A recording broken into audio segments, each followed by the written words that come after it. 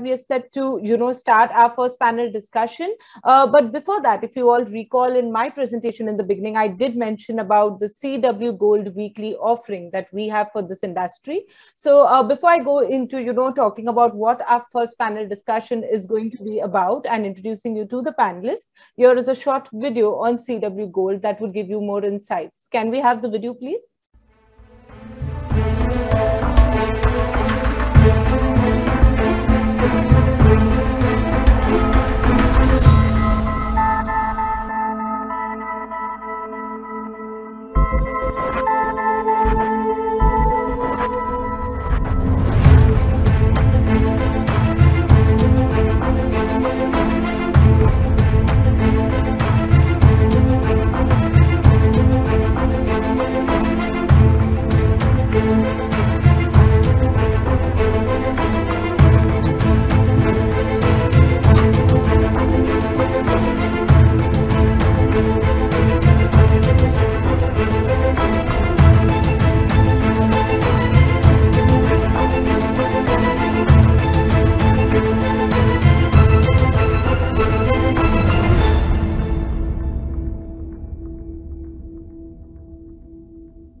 Ladies and gentlemen, we now move on to the first panel discussion for today. This session will focus on gearing up for national infrastructure pipeline with innovation in construction equipment. The new generation equipment from OEMs is preempting the needs for implementing projects along the national infrastructure pipeline like DMI-CDC, Metro Rail, NHAI railways, water ports, and airports. Smart cities and urban housing projects demand equipment capabilities at compressed job sites where the equipment features need a compact design. Similarly, mega projects need better assessment of the task at hand, better safety, low downtime, and high productivity. Given the scenario, how can the construction equipment industry gear up for NIP? What is the present demand for innovative equipment in India like? Mega projects need precision, speed, and scale, and how can that be achieved? This plus what are the skill sets available for operating advanced equipment features? If these have been your questions too, then this session will discuss how the construction equipment industry is responding to the needs of infrastructure across segments. Mr. Nitesh Jain, Director of CRISIL, would be once again joining us as the session moderator. And here's introducing the panelists who would be joining Mr. Jain for this discussion. Please welcome Mr. Amitabha Bhattacharjee, AVP and Head Asset Management, Urban Infra, Tata Projects. With more than 25 years of experience in the construction industry, he currently heads the construction plant machinery as well as formwork division at Tata Projects. His specialities include construction methodology, construction equipment and formwork planning, execution strategy, construction safety, cost estimation, and innovation in construction equipment management. Next, Mr. Atul Bobe, Managing Director, TPF Engineering. He has more than 33 years of rich experience in the field of bridge and structural engineering consultancy. He has published and presented over 200 papers at national and international conferences and looks after the active diversification and specialized jobs of TPF Engineering. Mr. Baswaraj MB, Chief Engineer Metro, MMRDA. Prior to MMRDA, he has worked with the Konkan Railway Corporation for the construction of a 760-kilometer new broad gauge line between Roha, Mumbai to Mangalore. He has also worked with IRCON International and executed various bridges in Maharashtra and Bihar, with Delhi Metro Project for execution of underground metro between Old Delhi and Central Secretariat, and Reliance Infrastructure for execution of the first PPP elevated metro line project in India. Mr. Umakant Mahapatra, Deputy Project Director, Ayesa Inc. for Mumbai Metro Project Line 7 and 2B. He has about 32 years of diverse project management experience and has worked with various multinational infra engineering consultants, central government such as Indian Railways International, state government, and Larsen & Toubro for large transportation infrastructure projects. Dr. Vishal Tombre, Engineer, Coastal Road Department, Municipal Corporation of Greater Mumbai. He has about 26 years of experience in civil engineering. He joined MCGM in the year 1997 and has worked in quality control, planning, research department for about 8 years. He has also played a key role in making the master plan for Mumbai City for the next 25 years. Thank you all for joining us today. I now request Mr. Jain to take the discussion further. We have 50 minutes for the discussion and we look forward to an engaging one. Thank you once again, Shreyal, and I'm privileged to have been part of such an esteemed panel and such a diverse panel. But without much ado, let me start the discussion. And the key theme for the panel discussion is the NIP and innovation. So let me start with the NIP and maybe the subsectors in the first round. And may I request Mr. Bhove to share his perspective that what's your view on the NIP and how do you see the progress thereon? Yeah. So I was asking, say, what's your view on the NIP, which is the key theme for the panel discussion, and how do you see the actual progress thereon?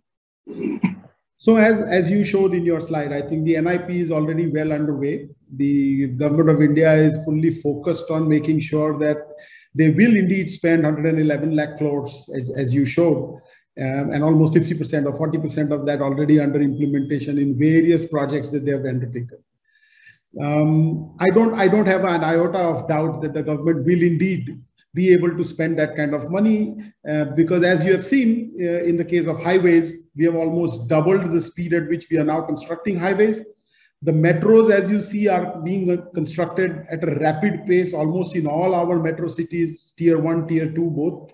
Tier 3 will soon join with neo metros. Of course, in Mumbai, you see a lot of metro construction going on already in all the 7 or 8 lines that are under construction.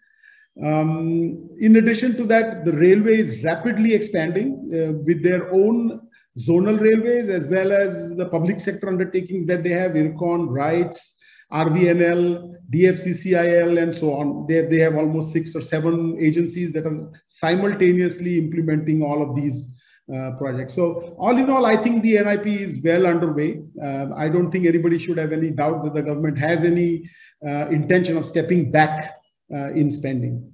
Thanks. Thank you, Mr. Bhove, of reinforcing the point on the NIP.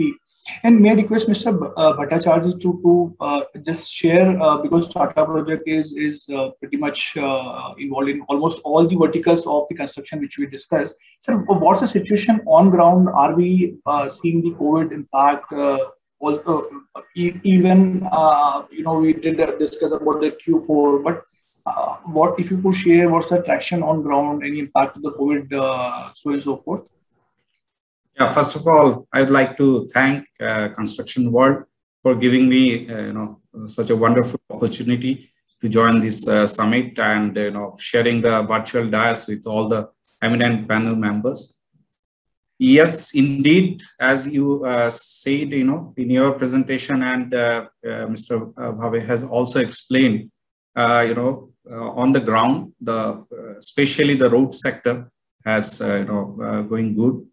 Along with the roads, the metro, and we have, seen the new recently launched this high-speed rail that has also been started on the ground. So overall scenario, if I need to tell, more or less the infrastructure segment is doing good, where predominantly the transport sector, which is in line. The power sector or energy sector is a little bit sluggish, even though we expect because of government push on the clean energy. I think solar and wind is the next thing which we expect to come very soon. And these urban development projects such as like water treatment, sewage collection, and the water treatment plant kind of things are also, one of the area which are coming on the ground. Apart from the government spending, what I feel, some private, investment is happening, mainly because of this digitization push in the sector. Many data center projects which are, coming into the industry at the moment. So that is what my point. Okay. Thank you, sir. And you did rightly mention about the infrastructure, road, and the metro. So I'll take this opportunity to request Mr. Thombe to share his view, because road, and he's representing the road sector. So we are seeing road as the high growth sector. In fact, if you look at the government policies, maybe have moved in tandem with the sectoral need, and we have seen many new ways of awarding, like HAM, TOT, PC, etc. So, what's your view on the road construction, and what kind of technological advancement you are seeing in the road sector? Yeah, good afternoon, everybody, and I'm really very much thankful for Construction World for giving me a chance to share my experience.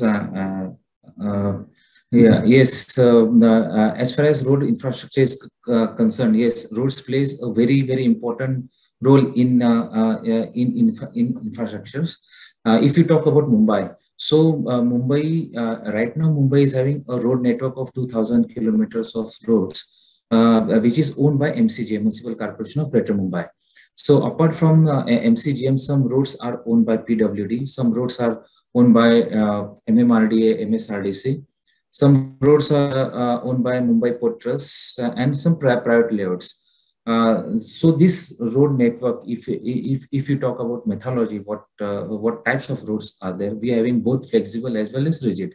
So out of these 2,000 kilometers, nearly 50% we are having concrete roads. And the remaining roads are of bitumen roads. Some roads are pure blocks, and now upcoming roads are of white topping, ultra thin and thin white topping. Of course, every technology has its own advantages and every technology has its own limitations. So depending upon the usage, we have to use the technology. Now in Mumbai, normally we go for EPC. Nowadays we are going for EPC, engineering, procurement, construction. So even we give freedom to contractor to do his own design, to come with his own technology, so that he can complete the project in record time. We are not constrained with conventional methods. So in RFP, we just give them parameters. So the contractor or the construction company has to adhere with the parameters, and they can use their own technology. We are giving a deadline, and before that deadline, they have to complete the projects. So if they complete the projects, then we are having bonus point. If they are going beyond the stipulated time, and of course there is penalty clause. So talking about Mumbai, yes, we are having few good projects going on in and around Mumbai. One is, of course, Mumbai Coastal Road project. Another one is Mumbai Trans Harbour Link project. Upcoming project is Mulund Goregaon Link project. Then, of course, our panelists has discussed about metros. Many lines, metro lines are coming. Right from metro line 2 to up to 7, 8, 9. So when the communicating facility will increase, when it will go fast, then ultimately there will be a huge progress in and around Mumbai. So Mumbai is coming with a good infrastructure projects, and we are all part of this project. Thank you. Thanks, Mr. Thombe. And you also mentioned about the metro project in Mumbai. So, may I request Mr. Basavaraj to share your experience, and how do you see the growth in the overall metro construction? If you could also share global experience that India somewhere we are lagging behind in terms of the metro infra. So, what's your view in terms of the overall opportunity in the metro segment? Thank you, Nitesh ji. Thank you very much. This in Mumbai, see, metro, we have planned around 370 kilometer metro network. Out of 370, around 150 kilometer already it is under construction. And balance around 50 to 60 kilometer under the pipeline of our various stages. And rest is under the our DPR preparation and project planning. So overall, by 2030, our plan is to implement 375 kilometer of metro rail network in Mumbai. And now, because of pandemic, the progress is severely affected due to labors or machineries. And we are also pushing for mechanized construction, what we are discussing now. And to attract contractors' cash flow, we have reduced the performance BG from 10% to 3%, which is going to improve their cash flow. Also, for more participation, we have avoided EMD.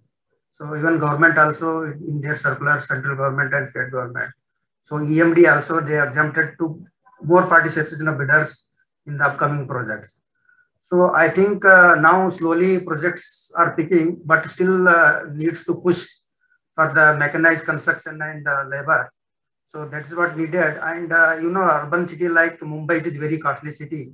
And we are also trying to bring the labor by airlifting from various states of the country and give bonus to the laborers and some additional accommodation, foods, etc.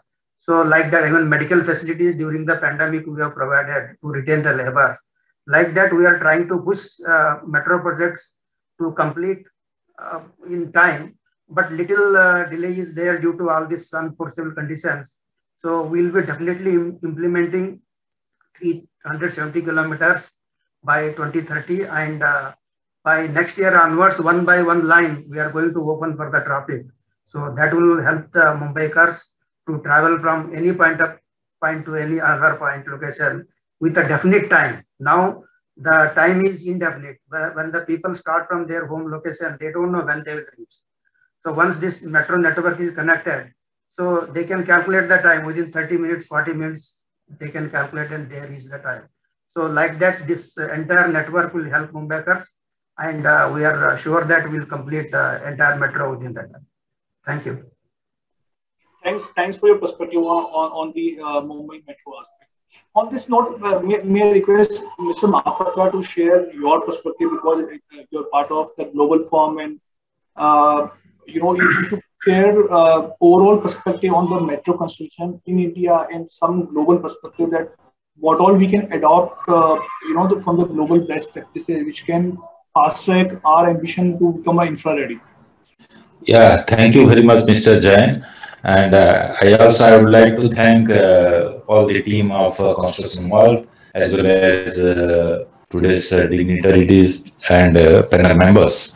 So I will just first highlight about the Indian context, then I will go to about the international parameters of using mechanized and construction machineries.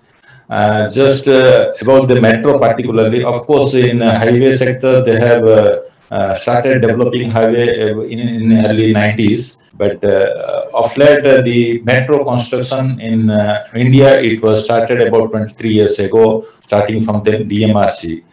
Prior to that, Calcutta Metro, they had one line construction of underground, but there also the utilization of modern and advanced construction mechanics and machineries, instrumentation, it was very, very less.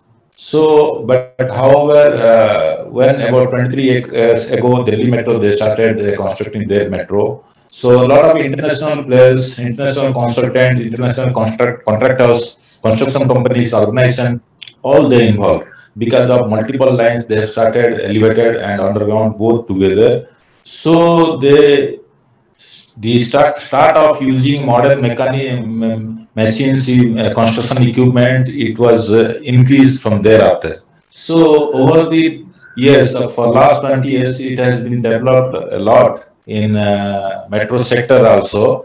So as per the construction methodology, design and requirement or timeline schedule of project execution and implementation, it is being all the construction machineries being utilized. But of course, it depends finally on the contractors, because most of these construction executions are through EPC mode. So the contractors who are awarded for the execution under EPC mode, it depends on their plan and execution through utilization of machinery, because they always look back to their cash flow and budget, their own budget within what they have quoted for the execution, the awarded value, what we can say. So, just the same time, I will highlight about the international experience. In international experience, what happens, the contracts are being fixed in most of the countries, because metro for last, if you will go to compare within these 2 decades, last 20 years period, mostly international location, mostly in Middle East and in some Southeast Asian countries, as well as China, they have developed, implemented, and execution lot of metro projects.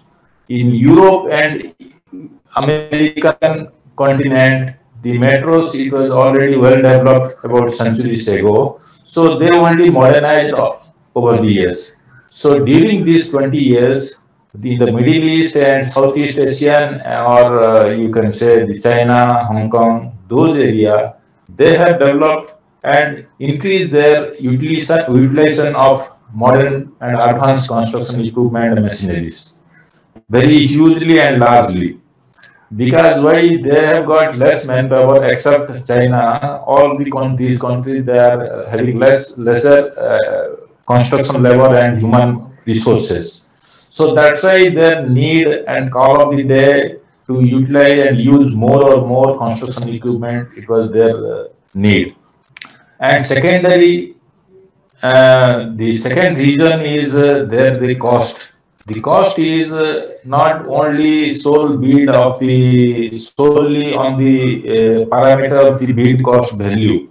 They see even if the second lowest, third lowest also they had awarded the work for execution, depending upon the what construction machinery they are using, what methodology they are using, proposing, and what type of and how much machineries, construction equipment they are going to use. All those depending on those. Even of course the design methodology, innovative designs also. So, but that lacks here in India because there is some conservativeness in the finalization of tenders and in finalization of the. Of course, those things has been improved a lot and developed a lot here in India, but it's not that much. Yes, it's a little slow here in India in adopting those details here in India. So hopefully, because now the Indian, not only NIP, government and private sector, everybody they are realizing time is about the time is money. So this is one thing, and second thing, the most of the schedule of implementation is now also reduced. I can say now earlier whatever used to be given about 3 years or 4 years, we used to give 24 months. So, keeping in view of completion of the project within limited time period and short time period, so agencies they started using modern and more advanced construction machineries and more machineries. Okay. So this is the bottom line of both the scenario in comparison to international level projects and Indian projects. Sure, sir. I think this is really helpful to get the global as well as the domestic experience. So on that note, Mr. Bhattacharya, if you share your perspective, because now moving on to the construction equipment specifically. So how is innovation in construction space, equipment space, the construction players in terms of the project planning, execution, or the monitoring? And can you also share some real life example, or let's say like before or after, just to make this concept clear to us? Yeah, definitely. So first of all, I was going through one of the articles, and most of the panel member also, said similar thing about the typical, finish line of any projects. All the major large projects, typically 20% takes 20% more time to finish their projects. And cost overrun are also, it is in the tune of maybe 75% of the original estimated project cost. So therefore, with such scenario, the selection, planning, and proper equipment selection would be the key area.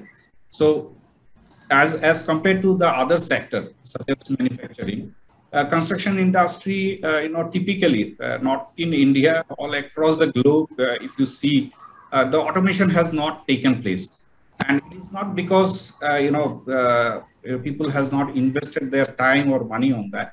Because our, projects uniqueness and the geographical, condition. That is why even the product is same. You cannot implement the same methodology for two different geographical location I'm talking about. So therefore, it all depends on location, geology, as well as the social acceptance. Like today we are working in metro cities, where the noise level, if it crosses beyond certain level, you cannot work 24/7, which has also an impact in the project.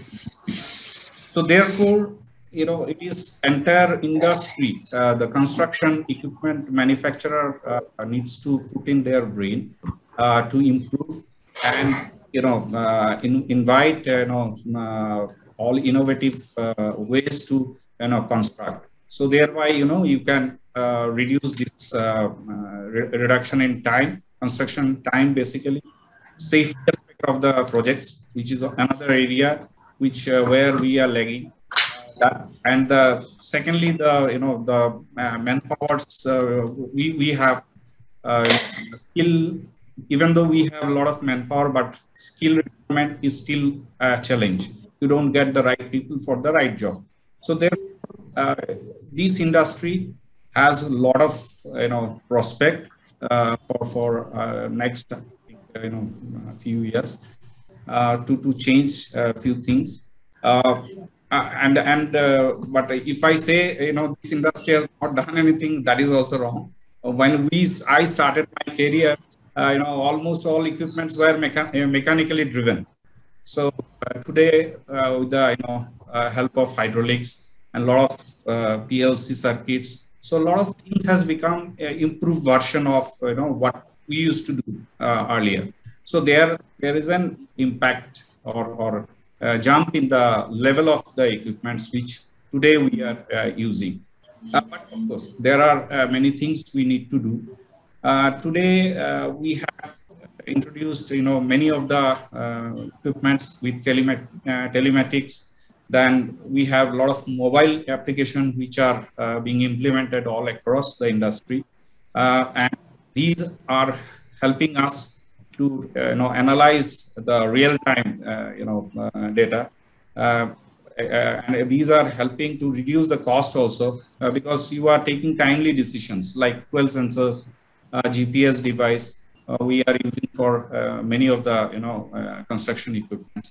So these with that with geofencing and all, you are monitoring the appropriate, whether your equipments are moving on the right areas or not.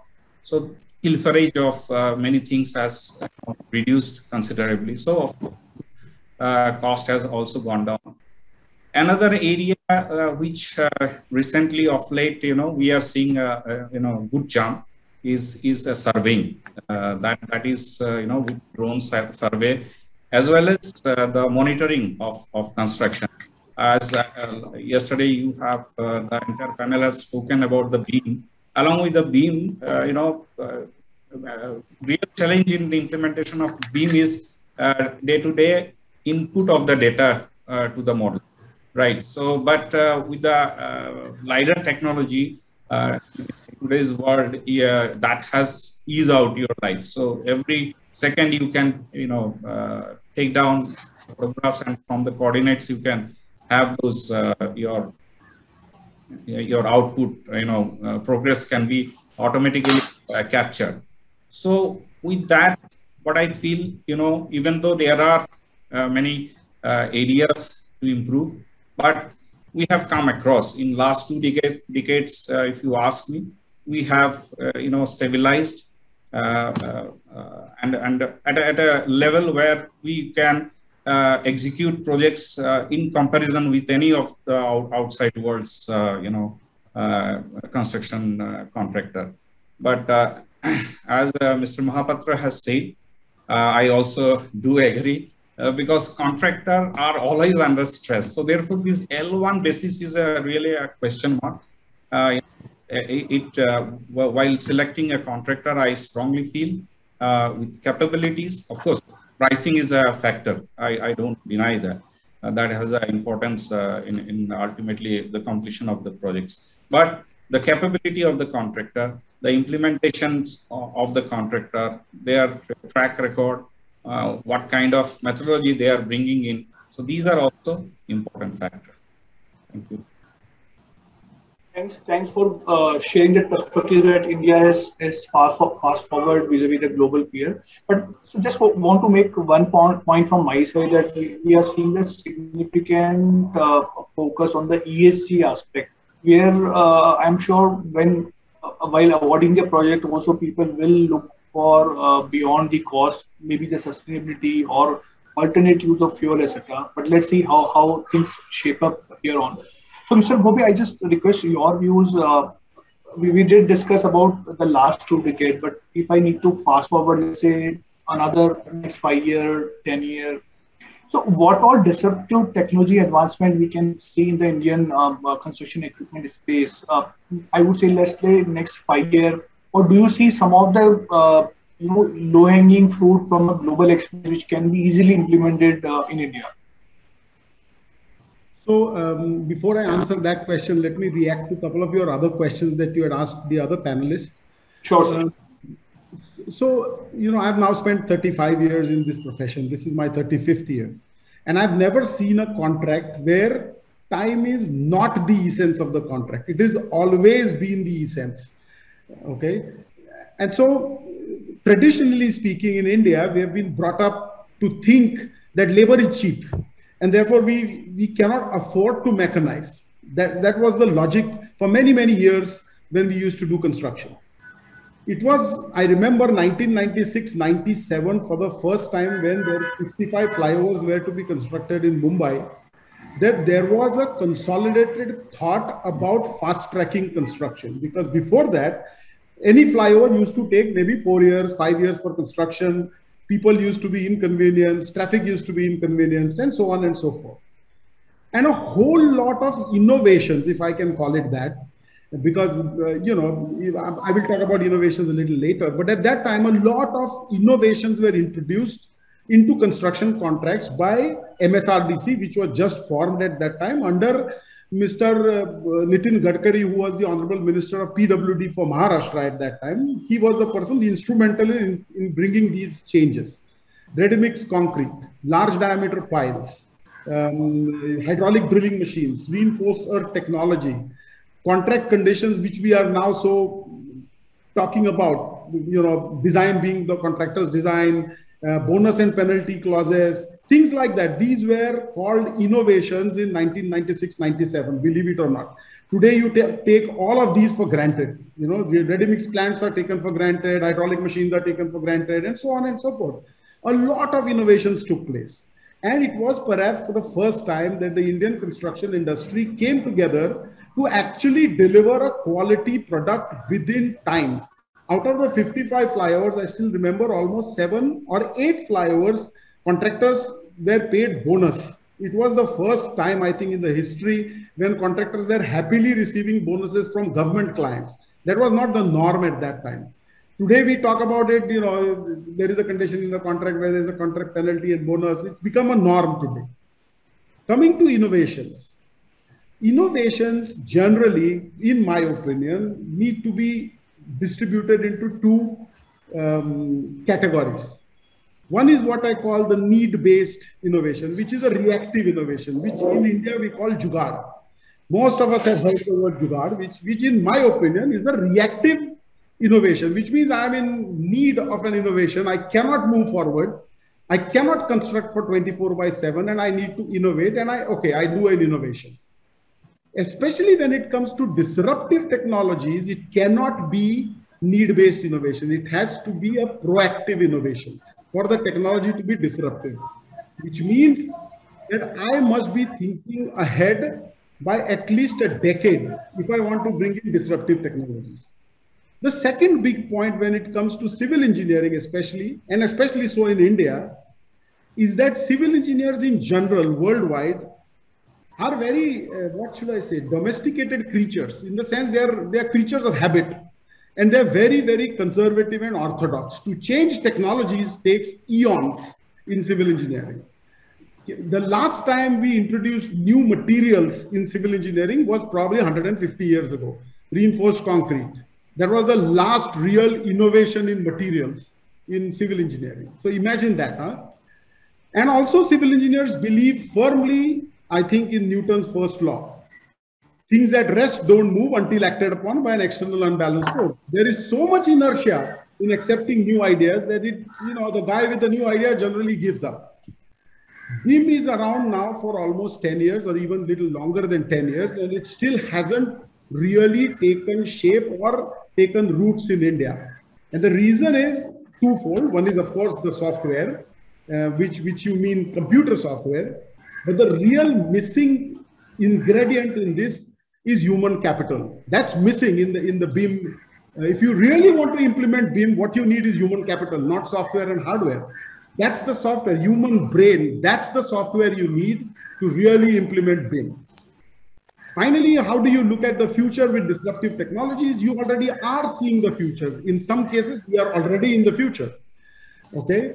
And I see more disruptive technologies coming in the O&M phase, the operation and maintenance phase, than in the construction phase. Construction, remember, takes maybe 2 years or 3 years, but the structure is there for 120 years after you construct it. So you need to take care of the structure for the next 120 years. And most of the disruptive technologies that you will see will come in these 120 years. How do we monitor a structure? How do you repair a structure? How do you rehabilitate a structure? How do you make it live 120 years and not just see structures collapsing after 50 years or 100 years? What can we do to bring such technologies to the fore? And lastly, like I said, you're already seeing the future. FASTag, for example, is the future. I mean, that's what's happening worldwide. The next step in FASTag is geotagging vehicles when they enter the expressway or highway, and then they exit the highway. And you pay digitally. You're not stopping at any toll plazas. You will see toll plazas disappearing in the next couple of years. You will be able to travel freely almost on all national highways very, very soon without a FASTag. The pilot project is already being, even as we speak, is being implemented by the National Highway Authority of India. So you will see that happening very, very fast. Electric vehicles, that's already happening. You're seeing the future. Most of our construction equipment I see in the next 5 years will be completely electric, because you will need to reduce the global footprint of global, the global warming. That will have to be reduced. There is no choice. Finally, what we need to do in India is to think about how we can create disruptive technologies and take them abroad, not other way around. We are the people with brains, not the other people all around the world. We are the people who create these technologies. The only thing is we don't do it in India. We do it outside of India. If you want to send a rocket to space, half the engineers are Indian origin. You need to be able to retain that capital in India, innovate in India, and then take it to the world, not the other way around. We don't need to bring anything to India. We have everything here. We just need to apply our brains to see how we can innovate in India. That's my take. Thank you for a balanced perspective and closing on a very positive note. And on that note itself, let me take, and seems to be the core of the discussion today. We have, gentlemen from MMRDA as well as Coastal Loop. So, Mr. Thombe, let me understand from you on the Coastal Road project, and we have been discussing about the change agent. Mr. Bhoge did mention about the flyovers, etc. And the Mumbai Coastal Road is also a unique project in many ways, complex. Could you give some real life examples of how the technology is helping us way we construct, way we monitor going forward. If you could share your perspective. Thank you. As we all know that Mumbai Coastal Road, we had started this project in the year 2018. Before that, a joint technical committee was formed under chairmanship of then our municipal commissioner. State government has appointed this committee, so all feasibility studies were carried out before before implementing this project. This committee has suggested some alignment, and to study this alignment, we had appointed one international consultant to prepare the DPR, detailed project reports. Before inviting RFP, before inviting tender, a detailed study from government side was done. We had studied the number of alignment, and out of for example, for Mumbai Coastal Road project, we had studied about 8 alignment, and from this 8 alignment, we had fixed one. So of course there were many technical, social reasons, various reasons for selecting this alignment. The main purpose of this project was first, yes, to decongest traffic, which we all know, Pedder Road traffic, or junction of Tardev, Lala Lajpata, Hajali, and all that. So to decongest this traffic, so we had come with this project. Of course, there are many environment aspects involved in this project. Before this project, we had taken about 18 NOCs, objection certificates, from various government agencies, whether it is MCZMA or Ministry of MOEF, Ministry of Environment, Forest and Climatic Changes, Commissioner of Fishery, Indian Navy, Mumbai Port Trust, Coast Guard, Harbour Engineering, Maharashtra Maritime Board. So various NOCs were taken before inviting tender RFP. So it has saved time. Because normally what happens after inviting tender, all the contractors, then they run to pillar and post to take all these NOCs. This was done. Again, before inviting tender, we had completely investigated from our side, all geotechnical investigation, all the soil properties below the sea in and around world were studied in detail, which were shared in tender. So due to this, the contractor engineers, means the designers, they were comfortable in designing all the structures. For this project, we had whatever structure has been designed, we had designed for 100 years. So each and every structure has been designed for 100 years. All sustainability prospects were taken care. Whatever concrete is being used and will be using, we had kept in mind the durability concept. So sustainability and durability, these are the two factors which we had kept in mind while implementing this project or while designing this project. Secondly, this project, we had taken care of biodiversity, means whatever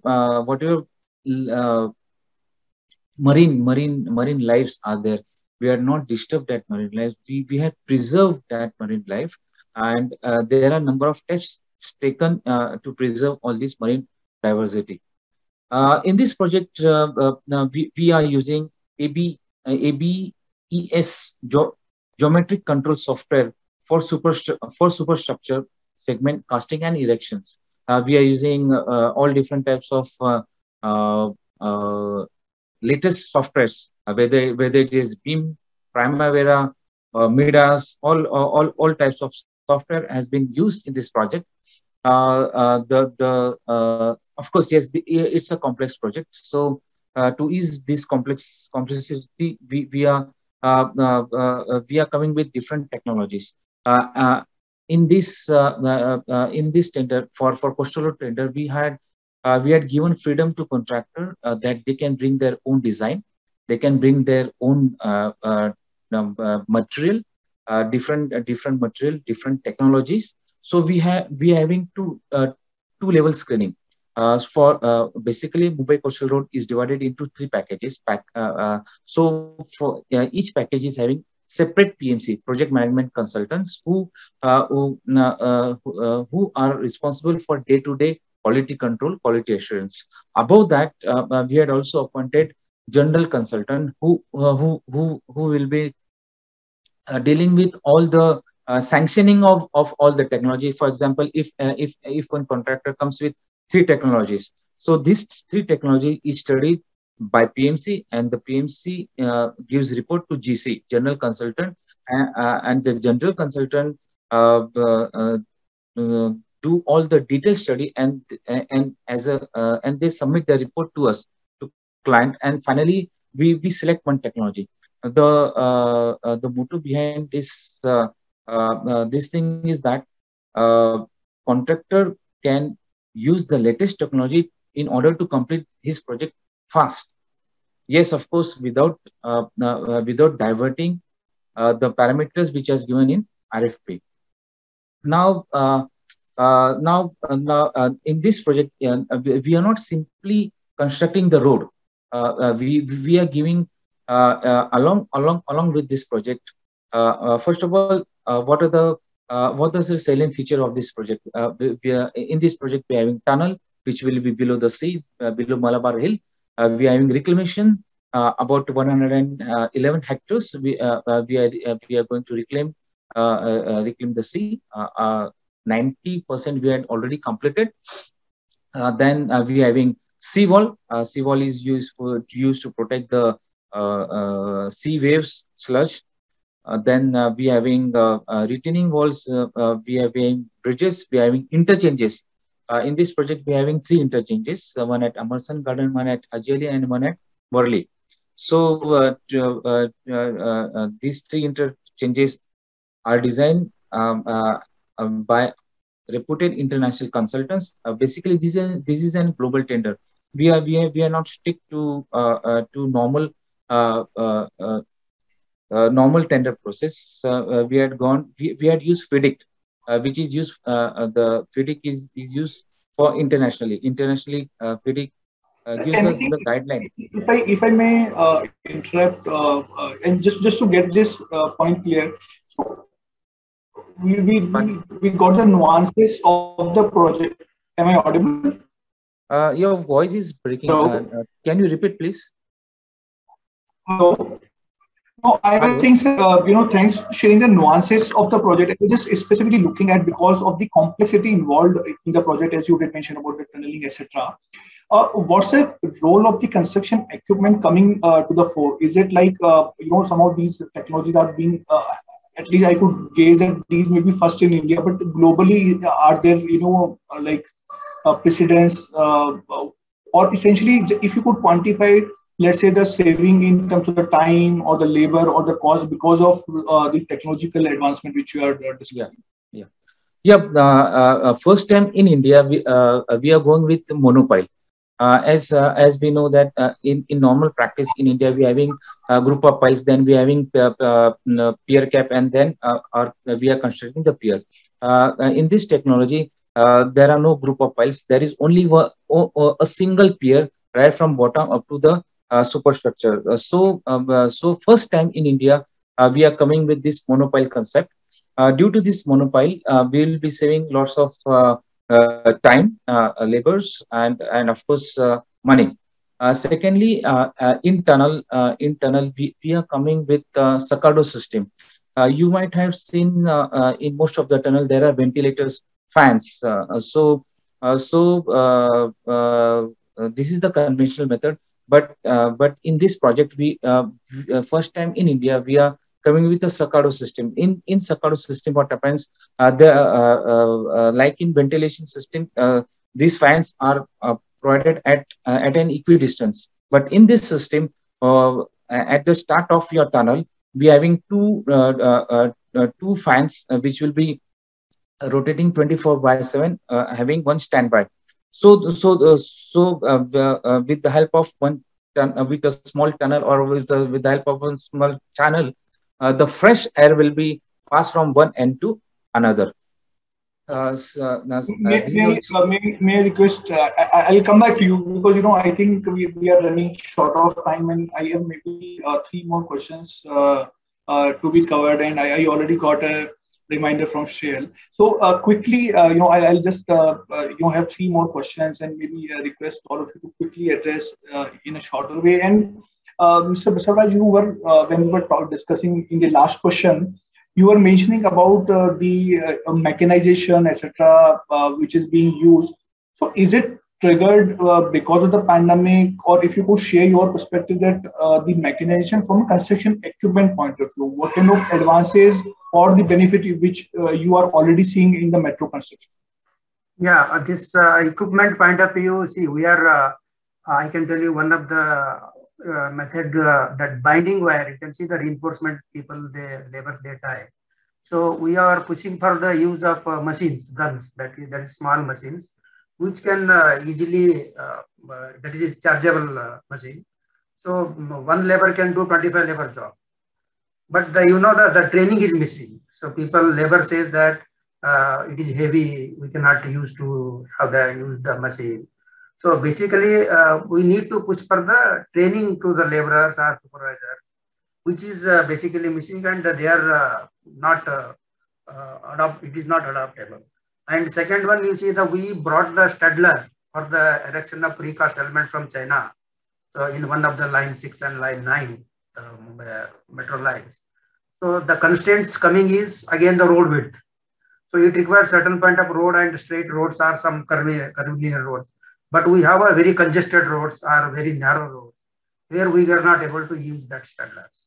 So we have the technology, and we have brought some technologies, and but we are unable to use it due to various constraints. And one of the constraints earlier, we used to have the tripod and winch for the piling, and in line 1 we gone for the monopile up to 2.5 or 3 meter dia. But the constraint came is utility diversions. So everywhere there is underground utilities. We are unable to shift the utilities of such a 3 meter diameter and do the pipe. So there are a lot of problems here. Technology we are bringing, but we are unable to adopt. This is the issue actually. And one of the recently, just 15 days back, we are trying to implement RFI system in the mobile app based RFI system. That is a request for inspection and approval of any activity of concrete or site activity, shutter fixing, excavation, whatever it is. So we are trying to push for that also now. And there are so many if and buts are coming there. So people may misuse, engineers may misuse, they may be do by sitting at home the approvals. So those kind of problems are there. So what we need is, we need to push for training institute. Like civil engineering, there is no training institute. Only that railway they have Ilsan, Pune, and 1 or 2 in other part of the India. So that is related to only railways. But they doesn't cover these kind of innovation technology to train the engineers and laborers. So like that we are, and concrete pumps, automatic concrete pumps have come here. So that up to 300 meter height, we can pump the concrete and place instead of bucket, manual bucket and all. And batching plants are now computerized totally. So we have all kind of technologies, and slowly, since NIP also, it is pushing more projects and early completion, bonus clauses, and faster implementation of projects. So we need automation in the construction equipment, but parallelly we should set up the training institute, maybe by the contractors, large contractors like Tata, Reliance, or L&T, HCC, so on. So, or from the client side, or some government of India or state government, they should set up the training institute and charge contractors something and train the laborers, engineers, and supervisors, so that we can implement faster and faster with more quality. So this is all from my side. Got it, sir. In fact, your views are very similar to Mr. Gadkari. Did mention about that the industry should partner with the IITs for the technological advancement or the training. And when I was concluding this session, I had 3 things in my mind of which could be the challenge. One is the training part, which you already covered.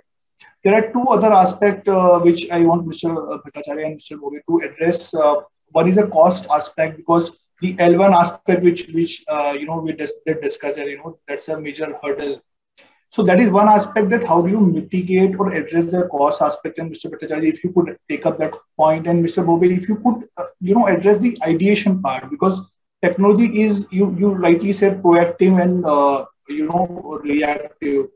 So what are the challenges you are seeing in terms of the ideation or the proactive technological advances? So these are the two problem statements. I'll leave to both of you, and then we can conclude.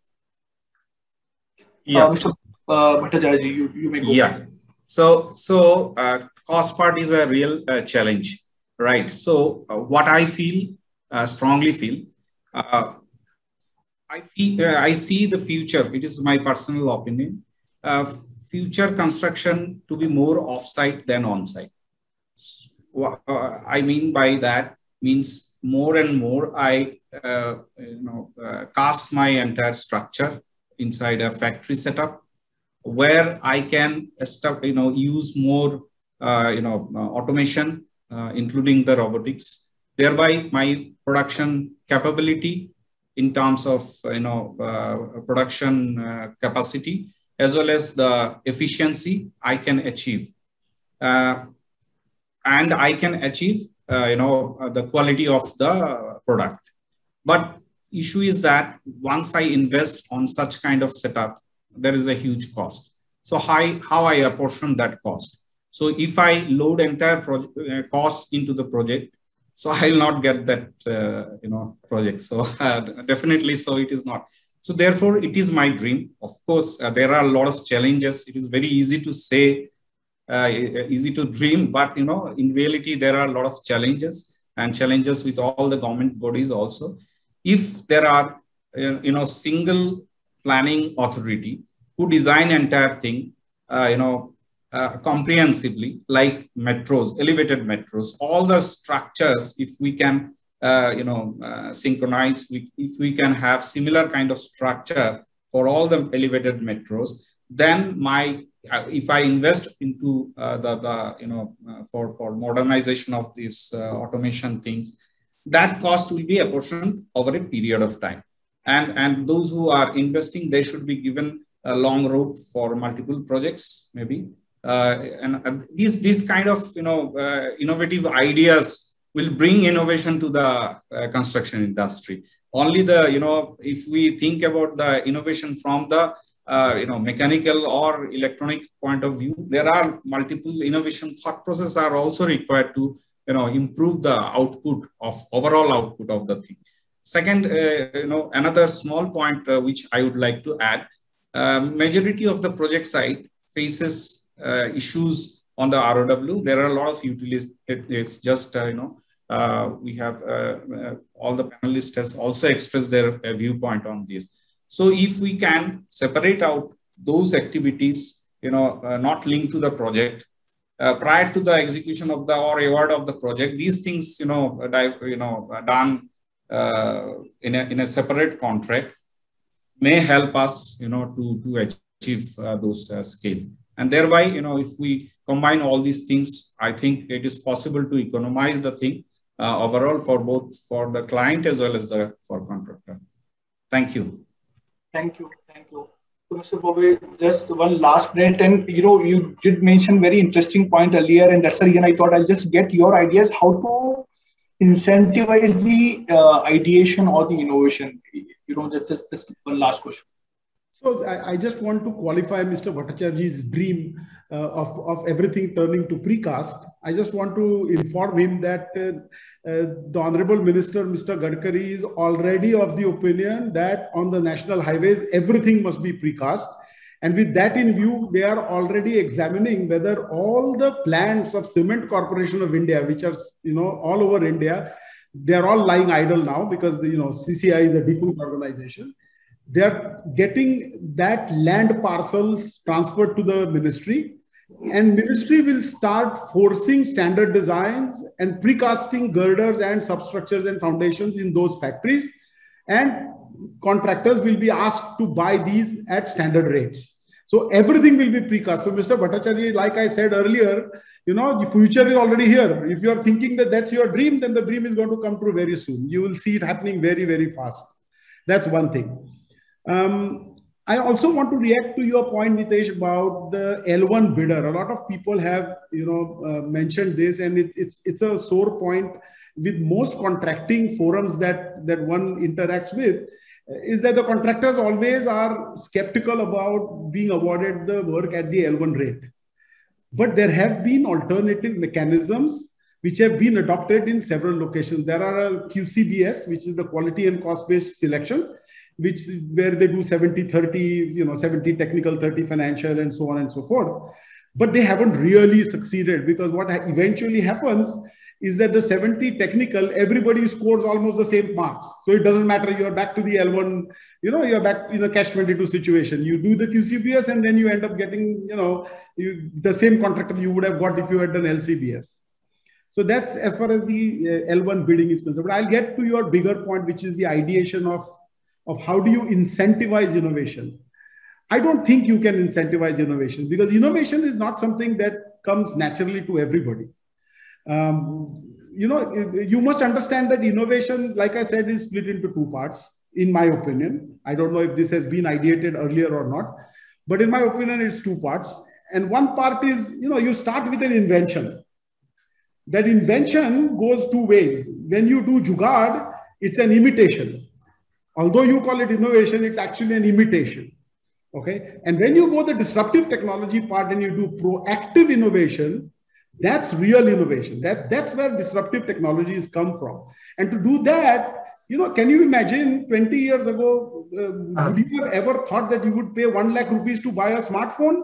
No, you would have bought the Nokia Asha for 300 rupees. And all it did was, you could send an SMS and you could play Snake, a game called Snake, and that's it. But today, everybody is buying smartphones left, right, center. You pay hundreds and thousands of rupees. It's something that you don't really need, but you buy because it's an innovation whose time has come. And so innovations cannot be really ideated. Not everybody can innovate and create disruptive technologies. Otherwise, we would have had 10,000 smartphones on the market with new technologies. You don't. And I think it's good, because you can't be giving Nobel Prizes to everybody, right? It's only one person worldwide who gets a Nobel Prize. So you can't really ideate, but yes, you can definitely incentivize it.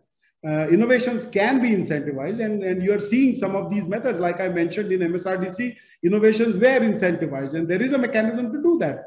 NHAI also is doing a lot of incentivization of innovation. One of the things I mentioned is precasting of girders. That's definitely an innovation over what we have been doing for so many years. I don't know if it really answers your question straight. It does. So essentially you are saying it's a carrot stick approach. So I'll take a pause, sir. I think it's a really interesting discussion, but given the paucity of time, we will now move to the question and answer session. Shriyan, over to you. We had a couple of questions come in, but we are very tight on time. So I'm going to take just one question from our viewers. It's an open question, so anyone from the panel could answer it. Is there a way through which the government can encourage equipment companies to focus on operator skilling so that contractors can benefit from this as well as projects? And just to let me chip in here, and Mr. Mahapatra, because if you could address, and I'm sure the other panelists will also have a view, but you can also bring the global perspective that, how are these skilling is happening, because this is a point which has been raised by, across by all the panelists also. Yes, but we would have just 1 minute, so we need to take this quickly and conclude this session.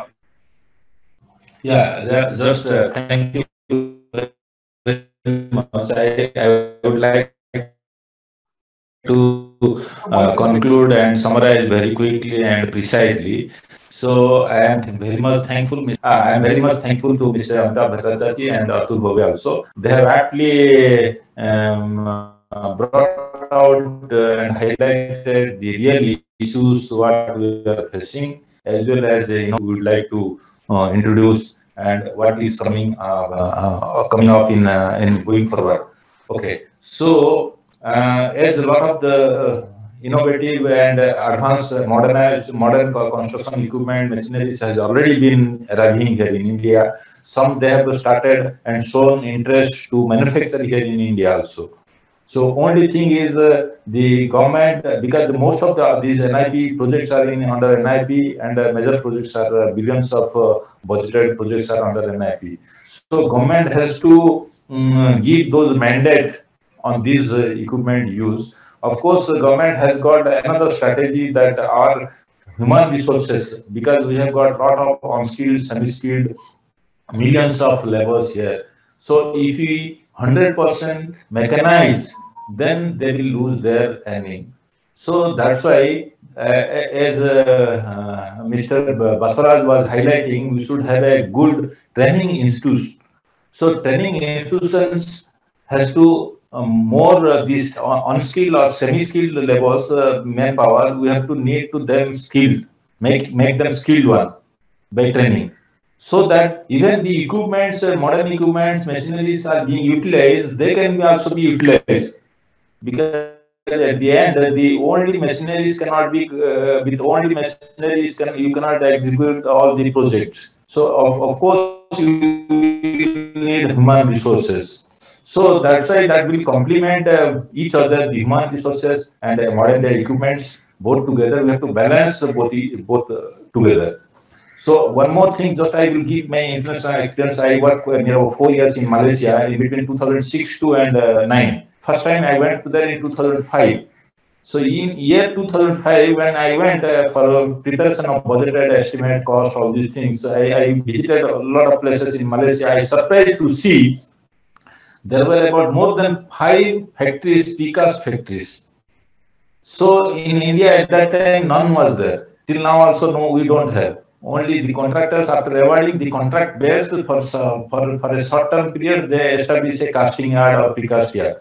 But they have permanent factories, big premises all over the country. They have got 5. So India may have got 50 of that one. So in that 5, they have got some standardized spans, I-beams, girders, all these things, precast elements with standardized PWD and the railway or the government approved design standard spans they have got. Even they have got precast pile, precast pier cap, precast pier, and precast pile cap, all these things.